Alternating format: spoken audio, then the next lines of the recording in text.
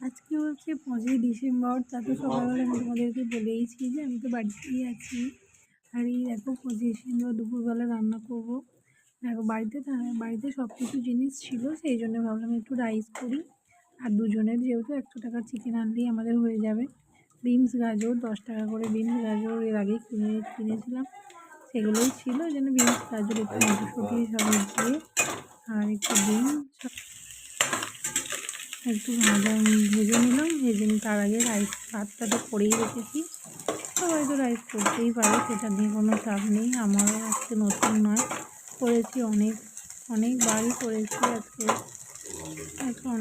আজকে নতুন নয়, সেই জন্যেই আগে অনেক ঘন ঘন হতো, করতাম। পরিস্থিতির চাপে পড়ে এখন আর করাই হয় না। আর এইসব খাওয়া দাওয়া করা, ভালো মন্দ খাওয়া,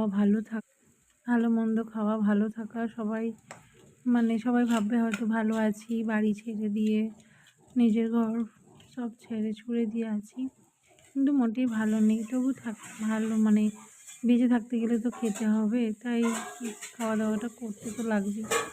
এই জন্য একটু খাওয়া দাওয়া করা, আর কিছুই নয়। এই যে আজকে এমনি মন মেজাজ ঠিক নেই, কারণ আজকেও করে দিলাম ওকে। ও বলছিল অনেকদিন ধরে খাবে। রাইস করেছি আর চিকেন করেছি, ওই পাতলা ঝোল মতনই, ঝোল ঠিক নয়, একটু কষা কষা টাইপের করেছি। আর আমার ছুটি, বাট ওর কাজ আছে, রাত্রিবেলা আবার খাওয়া দাওয়া, রাত্রিবেলাও করবো রান্না, তোমাদের সাথে শেয়ার করছি। কী বলতো, ছোটো ছোটো ভিডিও দেওয়ার চেষ্টা করি, কিন্তু ভিউয়ার্স যখন হয় না, একটু হলেও উঠে গেছে, তাদের ভিডিওগুলো শুধু দেখে। কিন্তু ছোটো ছোটো যখন ভিডিও করে সবাই দেওয়ার চেষ্টা করি, আমার চ্যানেলটা আজকেও নয়, আমার চ্যানেলটা অনেক দিন ধরে আমি একটু একটু করে ভিডিও দিই। যদি ঠিক টাইম মতো ভিডিও দিতাম, এতদিনে মনিটাইজেশন হয়ে যেত, কিন্তু আমি করতে পারিনি। পরিস্থিতির চাপ, মানসিক চাপ দিয়ে আমাকে শেষ করে ফেলছে।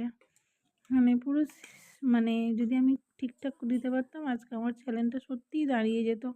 জানি না কবে দাঁড় করাতে পারবো, তবু চেষ্টা করছি। চেষ্টা তো করতেই লাগে, চেষ্টা চেষ্টা ছাড়া কিছুই নেই, চেষ্টা করেই যাচ্ছি। দেখা যাক ভগবান কবে আমার দিকে মুখ তুলে তাকায়। এই যে আলুর পরোটা করছি রাত্রিবেলা, আর চিকেন তো আছেই, কটা করে দিচ্ছি, ও নিয়ে যাবে টিফিনে। ব্যাস। চলো, ভিডিও ভালো লাগলে লাইক কমেন্ট করে চ্যানেলটা সাবস্ক্রাইব করে দিও, পাশে থেকো, যাতে আমি এগিয়ে যেতে পারি। Tata, bye bye.